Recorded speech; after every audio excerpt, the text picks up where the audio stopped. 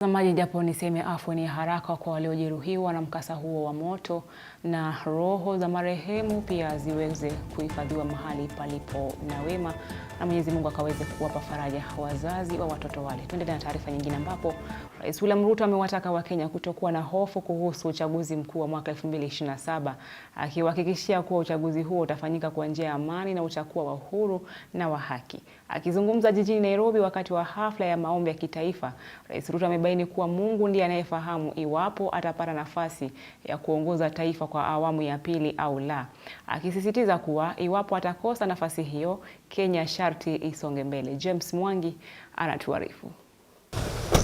Madai ya ukarabati wa kura kuhakikisha Rais William Ruto anarejea mamlakani yanapoendelea kuibua hofu miongoni mwa Wakenya, pamoja na siasa za migawanyiko zinazoendelezwa kabla ya uchaguzi mkuu mwaka ujao. Tulizeni maboli, hakuna problem. Hii nchi iko sawa. Rais William Ruto amejitokeza na kuhakikishia Wakenya kuwa uchaguzi huo mkuu hautakumbwa na matatizo yoyote, akibaini kuwa utafanyika kwa amani na utakuwa wa huru na wa haki. Between now and the next elections, we will drive the transformation of this country. And we are going to have elections. And they will be peaceful. And there will be no violence. And they will be free and fair.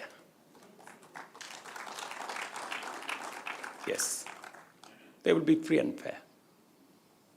Because what God has decided, no man can change.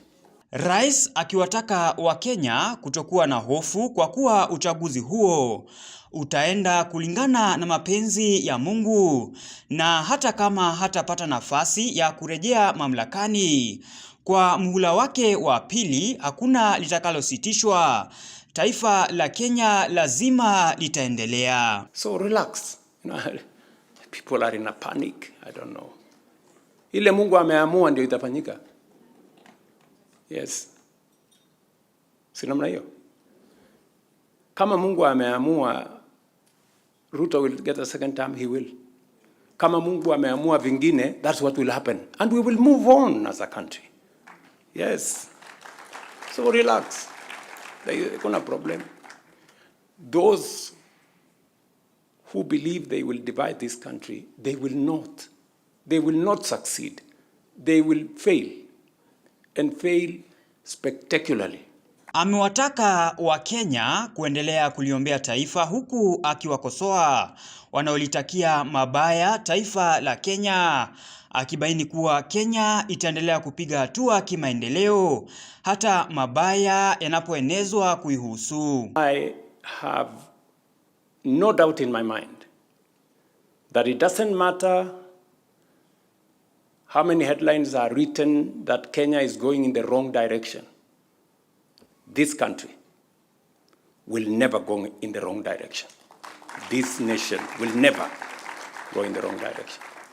Doesn't matter how many headlines say we are a failed state. Kenya is not and will never be a failed state. Alizungumza haya wakati wa hafla ya maombi ya kitaifa yaliyowaleta pamoja viongozi mbalimbali serikalini pamoja na wa kimataifa. James Mwangi, Undugu TV.